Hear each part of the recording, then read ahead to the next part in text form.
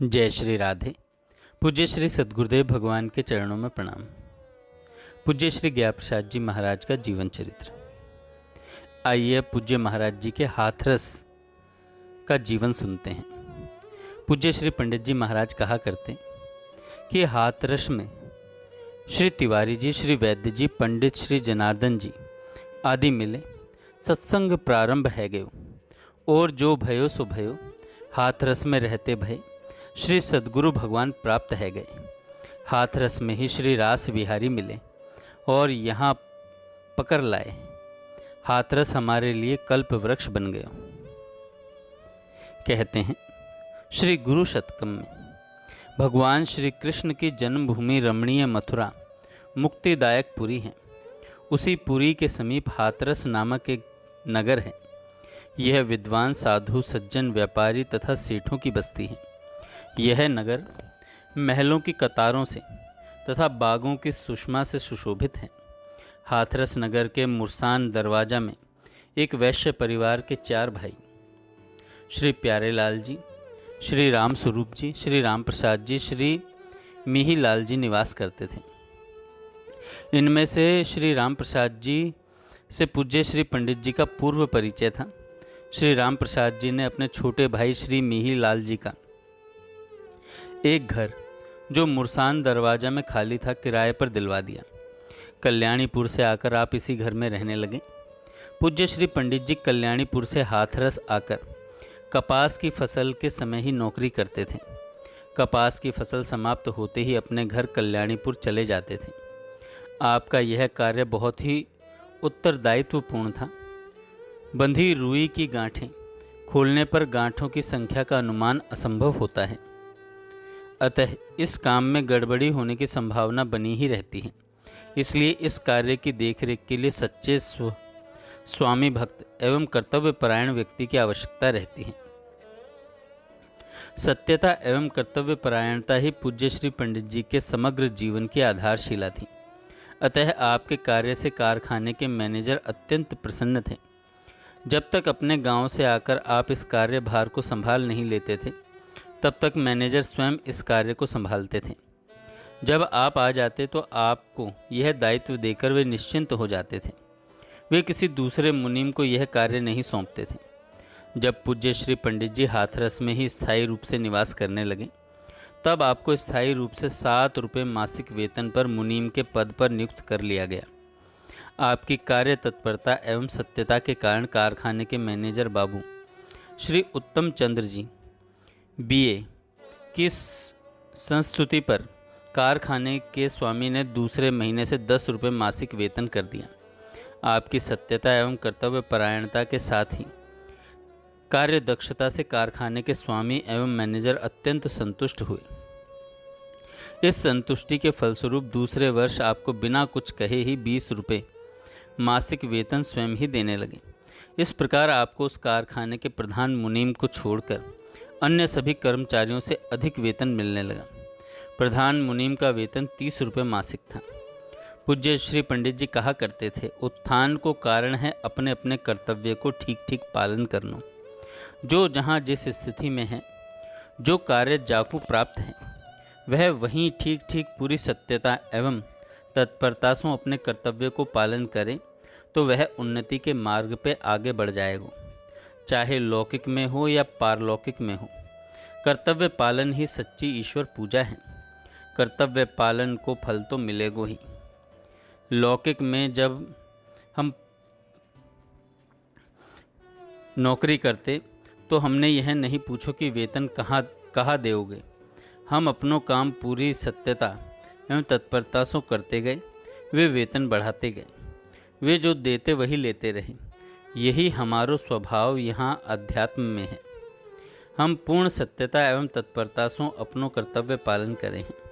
हमें ख्याल नहीं जब सो यह स्वांग सजो है, कब हूँ इनसों मतलब श्री ठाकुर जी से कुछ मांगे हुए। आगे सुनते हैं पूज्य श्री पिताजी को भजन में लगाना। श्री रामचरितमानस में आता है, मैं खूब सोच विचार कर निश्चित रूप से कहता हूँ, मेरे वचनों को मिथ्या मत समझना। मैं कहता हूँ और दावे के साथ कहता हूँ, जो लोग श्री हरि का भजन करते हैं वे कठिनता से पार होने वाले इस असार संसार रूपी समुद्र को अनायास ही तर जाते हैं।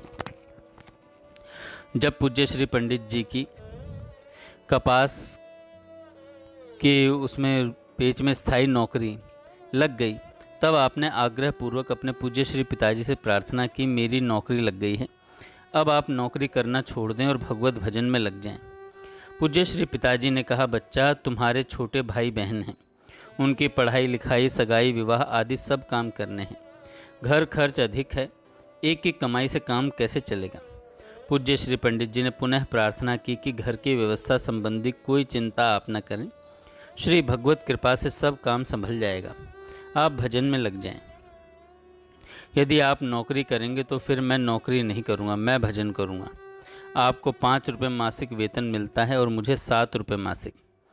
अंत में आपके दृढ़ आग्रह के कारण पूज्य श्री पिताजी आपकी बात मानकर भजन में लग गए।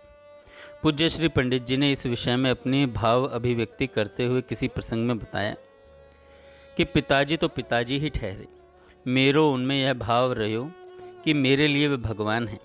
तथापि जब वे भजन में लग गए तो इतनी प्रसन्नता भई कि कहीं ना जा सके। मैंने उनसे प्रार्थना करी, अब आप घर को कोई काम न करें, केवल भजन ही करें। घर में गृहिणी सू हूँ कह दियो, तुम साग दाल बनाओ, घर में नौन न होए तो हम बिना ही नौन के खाए लेंगे, पर पिताजी नौन लेवें न जाएं। पूज्य श्री पंडित जी ने एक बार श्री भगवत कृपा स्मरण में प्रसंग में अपने प्रति मात्र स्नेह की एक घटना सुनाई।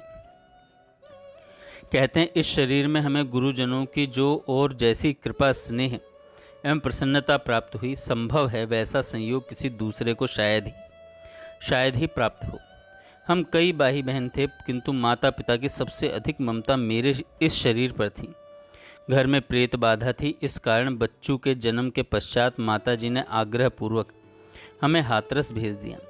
2 छोटे भाई, एक छोटी बहन एवं माताजी कल्याणीपुर में ही रह गए।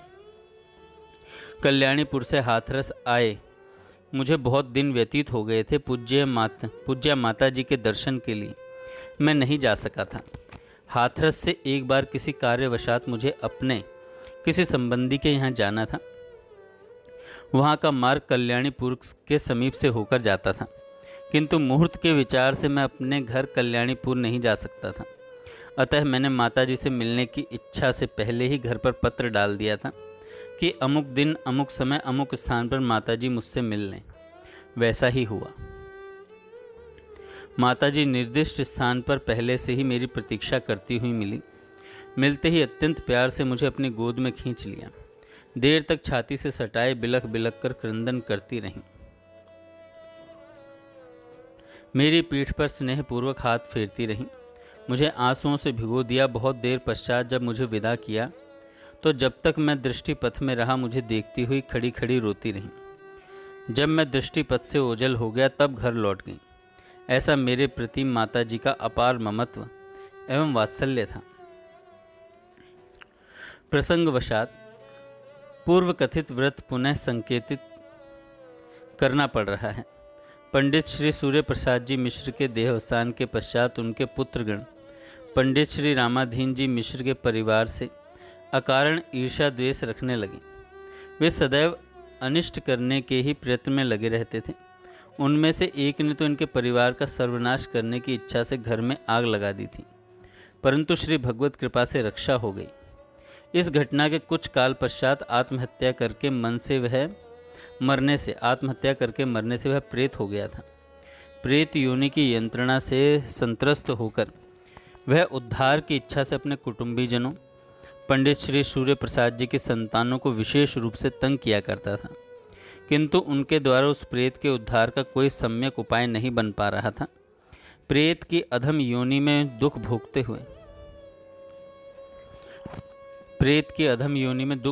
हुए इस दुरात्मा के प्रति भी पूज्य श्री पंडित जी के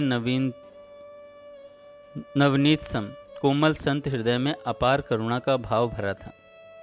माँ संत कह इहीं बड़ाई, मंद कर जो करई भलाई। यह उक्ति आपके जीवन में अक्षरशः चरितार्थ थी। आपके घर की आर्थिक विषमता एवं व्यस्तता के कारण संयोग नहीं बन पा रहा था कि प्रेत के उद्धार का प्रयत्न करें। जब हाथरस आकर आपने नौकरी कर ली तथा नौकरी से जीवन निर्वाह योग्य वेतन मिलने लगा, तब आप घर खर्च से बचाकर कुछ द्रव्य का संचय करने लगे, जिससे कि प्रेत उद्धार के निमित्त श्रीमद् भागवत सप्ताह कथा कही जा सके। अनुकूल अवसर पाकर पूज्य श्री पंडित जी ने उत्तम मुहूर्त का शोधन किया और अपनी जन्मभूमि कल्याणीपुर में संपूर्ण विधि विधान पूर्वक श्रीमद् भागवत सप्ताह का आयोजन किया। प्रेत के लिए एक साथ ग्रंथि वाला चिकना हरा बांस गाड़ा गया। प्रेतात्मा का उस बांस पर आह्वान किया गया। प्रेत का लक्ष्य करके महात्म्य सहित आपने श्रीमद् भागवत सप्ताह कथा का श्रवण कराया। 7वें दिन बांस चटक कर फट गया और प्रेत का उद्धार हो गया। इसके पश्चात वह प्रेत किसी को दिखलाई नहीं दिया। पूज्य श्री पंडित जी ने पूज्य श्री पिताजी को भजन में लगा दिया। पिताजी के मन में कोई सांसारिक चिंता न रहे और वे निश्चिंत मन से भगवत भजन में लगे रहें। इस भाव से अनुप्राणित होकर आपने परिवार का संपूर्ण दायित्व अपने ऊपर ले लिया। भाई बहनों का पालन पोषण करना, शिक्षा दीक्षा का प्रबंध करना, उनके लिए आजीविका का साधन जुटाना एवं उनका विवाह करवाना आदि संपूर्ण दायित्व आपने अपने ऊपर ले लिया और उसका पूर्ण रूपेण निर्वाह भी किया। भरतहरि जी महाराज कहते हैं, सज्जनों के संग करने की कामना, दूसरे के गुणों में आनंद, गुरुजनों के प्रति विनम्रता, विद्या अभ्यास का स्वभाव, अपनी पत्नी में ही अनुरक्ति, लोक निंदा का भय, परमात्मा में भक्ति, आत्म संयम का बल, दुष्ट संग से विरति, ये निर्मल गुण जिन मनुष्यों में निवास करते हैं उन्हें हमारा प्रणाम है। पूज्य श्री पंडित जी का आदर्श गृहस्थ जीवन एक निष्ठावान कर्मयोगी का जीवन था। घर में निर्धनता थी एवं आपके ऊपर एक बड़े परिवार के निर्वाह का दायित्व था। इसके बाद भी आपके जीवन में जो परिस्थिति थी उसमें पूर्ण संतोष, एकमात्र भगवद आश्रय, अविचल शांति एवं समता थी। आपने अपने गृहस्थ जीवन के लिए आदर्श मान रखा था।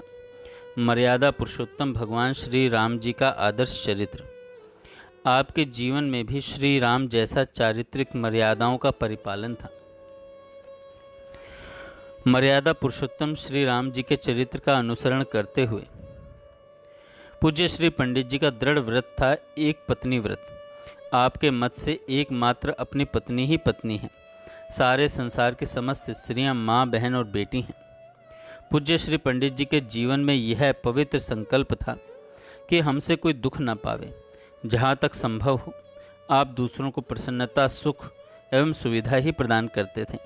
अपनी जानकारी में किसी के चित्त में क्षोभ हो ऐसा कोई कार्य नहीं करते थे। आपके भजन में जीवन में पर निंदा, पर चर्चा के लिए अवकाश ही नहीं था। कटुता, कठोरता, रुक्षता तथा ईर्ष्या, द्वेष आदि छू तक नहीं गए थे। आपके अंतःकरण का निर्माण प्रेम की धातु से हुआ था। इस कारण आपके परिवार के सभी सदस्यों में परस्पर प्रेम एवं सौहार्द का वातावरण था। गुरुजनों का सम्मान, अपने से छोटों के प्रति हितैषिता एवं स्नेहदान, यह आपकी चलाई हुई परिपाटी थी। आप अपने भाइयों के प्रति अत्यंत स्नेहमय थे। कोई भी काम प्रेम से समझाकर ही लेते थे। पूज्य श्री पंडित जी गृहस्थी के समस्त कार्यों को भगवत सेवा के भाव से करते थे।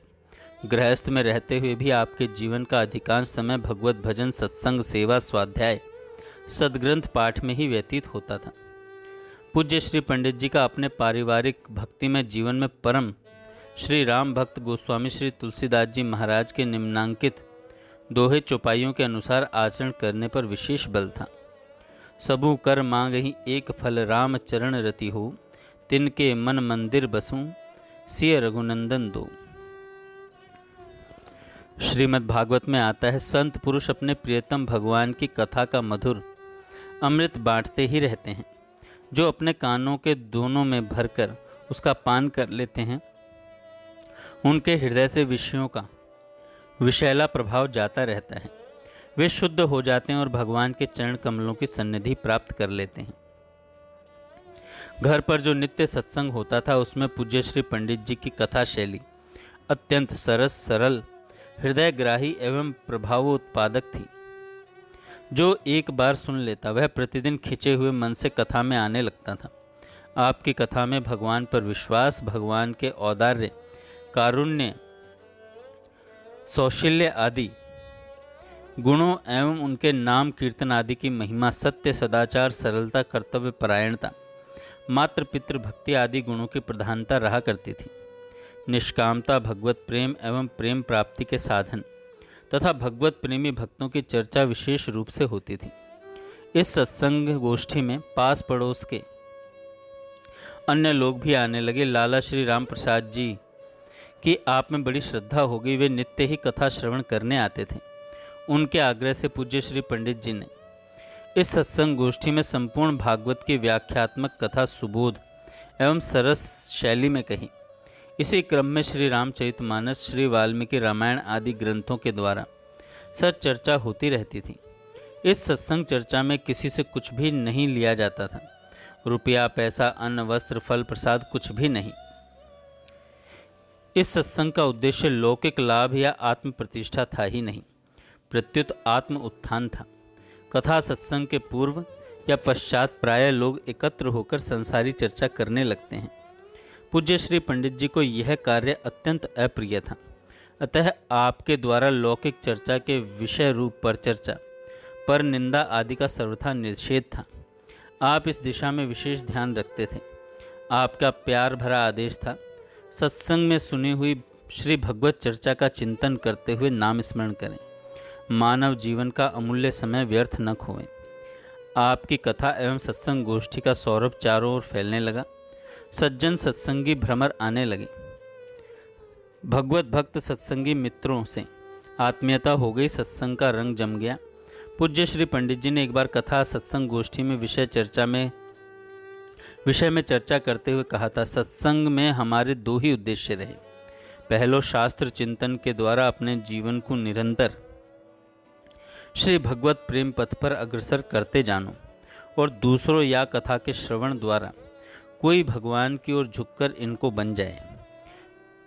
इस सत्संग गोष्ठी में कथा वार्ता के अनवरत चलते रहने से पूज्य श्री पंडित जी के जीवन में एक विशेष परिवर्तन हुआ कि निरंतर शास्त्र वाक्यों, संतों, श्री भगवत प्रेमी भक्तों के जीवन चरित्रों का, उनके द्वारा अनुभूत तथ्यों एवं उनकी वाणियों का मनन चिंतन होने लगा। जय श्री राधे। आगे हम कल सुनेंगे।